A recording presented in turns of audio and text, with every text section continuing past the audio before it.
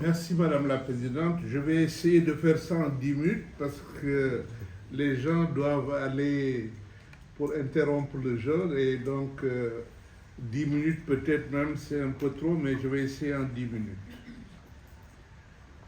Premier point, c'est l'utilisation de nos discussions ici. Je pense peut-être qu'au début, on aurait pu mieux préciser pour permettre à tout le monde de se focaliser par rapport aux objectifs même de la discussion. Nous avons fait signer un pacte aux candidats. Parmi les signataires, il y avait le candidat élu. Nous lui avons adressé une lettre pour lui dire que nous voulons le rencontrer, pour lui exposer un peu tout ce travail qui a été fait et avoir avec lui un calendrier de travail pour la mise en œuvre des réformes institutionnelles. Il se trouve que, en matière de documents élaborés comme tels, ce que nous avons fait d'ailleurs dans le pacte, les deux références, c'est l'avant-projet de constitution et la charte de gouvernance démocratique. C'est les deux documents sur lesquels aujourd'hui nous nous reposons. En ce qui concerne l'avant-projet, on avait aujourd'hui pour objectif, disons, de renforcer, d'actualiser et de pouvoir avoir un texte un peu plus avancé que nous proposerions au candidat, au président élu. Voilà. Alors, de ce point de vue, c'est de ce point de vue, moi, que je fais ma synthèse, hein, en regardant vraiment les apports que nous avons et dont il faut essayer de tenir compte. Et je proposerai au professeur Dieye, s'il l'accepte, vraiment d'essayer à partir de ça, de nous préparer vers un séminaire où il pourra présenter cette fois-ci un texte avec les apports qui ont été faits et nous permettre maintenant de prendre vraiment des décisions sur ce que nous avons présenté. Voilà. La première chose, c'est que, et je crois que ça c'est important, identifier les problèmes que nous devons résoudre. Quels sont les problèmes que nous devons et pouvons résoudre à travers un projet de constitution? Quels sont ces problèmes? Et donc la première chose, quelle évaluation pour identifier l'ensemble de ces problèmes? On nous a parlé de beaucoup de choses ici. Hein? Il y a toutes les crises qui sont intervenues en ce qui concerne les libertés bafouées. Je ne sais pas si une constitution peut régler ça. En ce qui concerne le non-respect de la Constitution, l'hyperprésidentialisme, la tutelle du président sur le Parlement, sur la justice, la politisation de l'administration. Il y a beaucoup de choses qui ont été évoquées comme problèmes. Dans quelle mesure la Constitution peut répondre à ces problèmes? Deuxième chose, le degré, disons, de changement que nous souhaitons. Comment ça peut être reflété dans la Constitution? Il y a des gens qui nous disent, en réalité, l'essentiel est bon jusqu'ici. Je résume, hein? Et il s'agit maintenant de rationaliser tout simplement. C'est un travail de rationalisation qu'il faut faire. D'autres nous disent, ah non, il faut faire plus que de la rationalisation. Il y a des réformes en profondeur qu'il faut faire. Et on n'a pas poussé la discussion, mais il y en a qui disent carrément il faut refondation, et d'autres nous disent même il faut une nouvelle république pour aller plus là en avant. Alors, donc ça aussi, comment la Constitution va refléter cette aspiration de changement. Donc ça, c'est une deuxième question importante. La troisième question, c'est le débat sur le régime. que nous voulons. Les uns disent régime parlementaire, régime présidentiel, d'autres parlent de nécessité d'innover, d'avoir un régime qui nous soit propre et tout cela. Et en vérité, je crois que la seule chose qui soit en réalité de l'adaptation par rapport à notre contexte, c'est de pouvoir identifier les problèmes propres à notre contexte et les réponses que nous leur donnons à travers la Constitution. Quels sont les problèmes qui sont spécifiques à notre contexte et quelles réponses la Constitution leur donne. Et dans tous les cas, il faut une cohérence. Parce que quel que soit le choix que nous ferons, il faut établir une cohérence dans le texte constitutionnel et éviter qu'on soit dans des dispositions contradictoires qui créeraient encore plus de problèmes.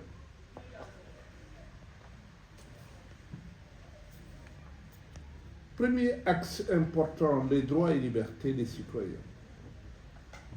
Comment mieux les protéger? Comment mieux les garantir? Comment créer des espaces d'initiative et d'innovation pour les citoyens et leurs organisations? Comment donner plus de pouvoir de contrôle aux citoyens? Ça, ce sont des questions qui ont été soulevées et je crois que c'est essentiel pour nous.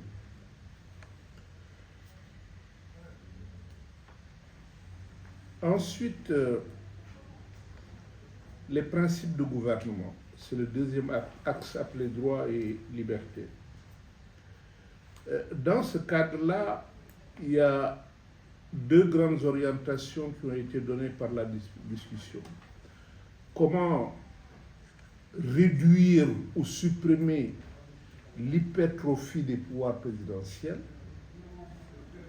Et donc, dans ce cas-là, les uns disent en faveur de l'Assemblée nationale, d'autres disent en faveur du Premier ministre, d'autres disent tout simplement aussi en faveur des organes de contrôle et il faut enlever la tutelle du président sur les organes de contrôle, etc.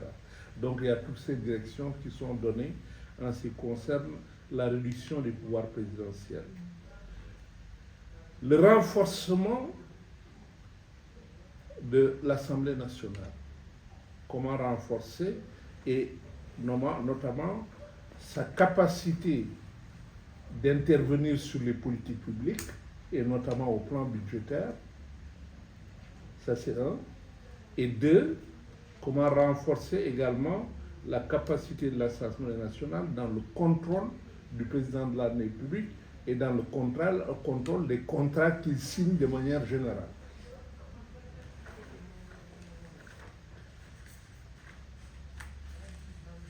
On a parlé de réforme et le mode de scrutin, mais comme vous le voyez dans ce cadre-là, il est très difficile d'arriver à un accord là-dessus.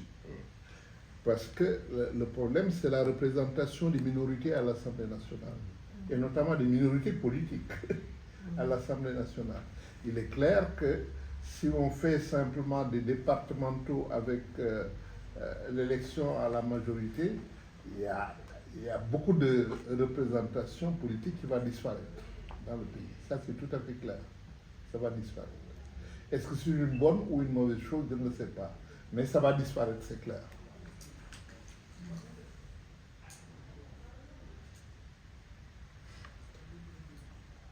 Ici, la qualité des députés, c'est dit. Comment le faire légitimement, c'est un autre problème.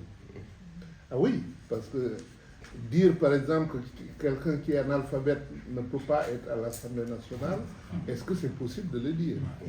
Alors que la moitié du pays est analphabète. C'est des questions qui sont très compliquées à mon avis. Bon. Le Conseil supérieur de la magistrature, le fait que ça devienne Conseil supérieur de la justice, au lieu de rester Conseil supérieur, avec les implications de ça dans la représentation avec une représentation plus diversifiée. Ça aussi, c'est proposé en tant que tel. La sortie président de la République. Oui, oui, mais ça, c'est presque, j'allais dire, réglé déjà. Il y a unanimité. Oui, il faudra faire ça dans le texte. Bon.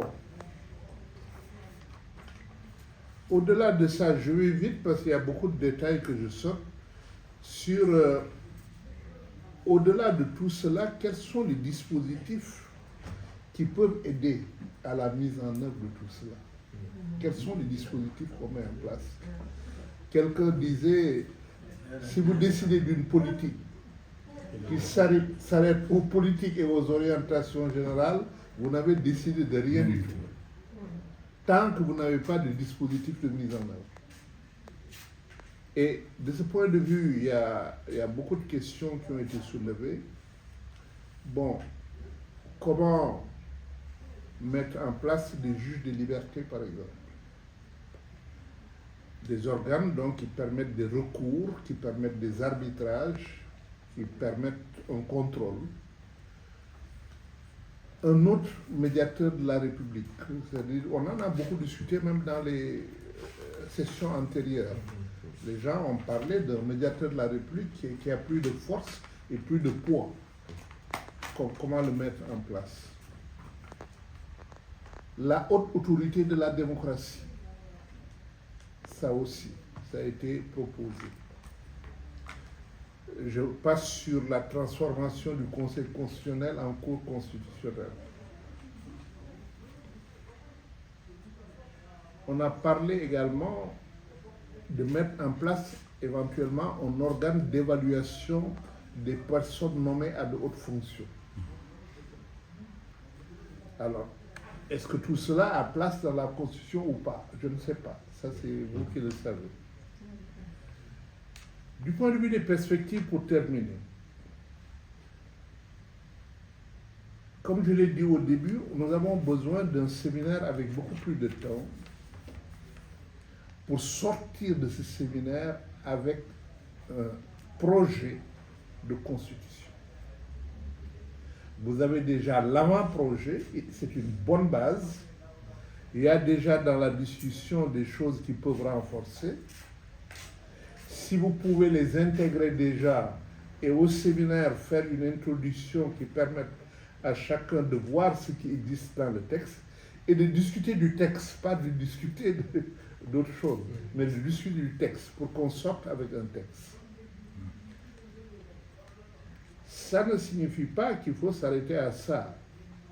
Beaucoup ont dit que tous ces problèmes que nous soulevons ne se règlent pas dans la Constitution. La charte de bonne gouvernance, quel va être son statut?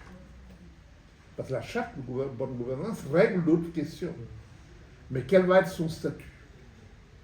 Ça aussi, il serait bon, René, qu'on confie évidemment à quelqu'un le soin de travailler sur cette charte de bonne gouvernance. C'est la conversation de demain. Oui, avec oui. Moussa Mbaye. Voilà, c'est la conversation de demain, mais au séminaire, il nous faut aussi prévoir des ateliers. On aura un atelier peut-être sur la Constitution, un atelier sur la charte de bonne gouvernance, et peut-être un atelier aussi sur la stratégie de veille et de suivi, qui est un élément important dont nous allons discuter avec le président, parce que nous l'avons dans notre lettre dit, c'est la stratégie de veille et de suivi, comment ça va se faire.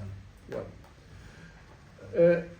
En conclusion, il faut vraiment que pour les prochaines discussions, qu'on soit focalisé sur l'objectif de produire quelque chose avec lequel nous allons, parce qu'il ne faut pas qu'on aille là-bas dire au président, bon, que nous sommes en train de réfléchir. Il faut que nous ayons quelque chose que nous puissions présenter. Et il faut travailler donc dans ça. Je vous remercie. Merci beaucoup.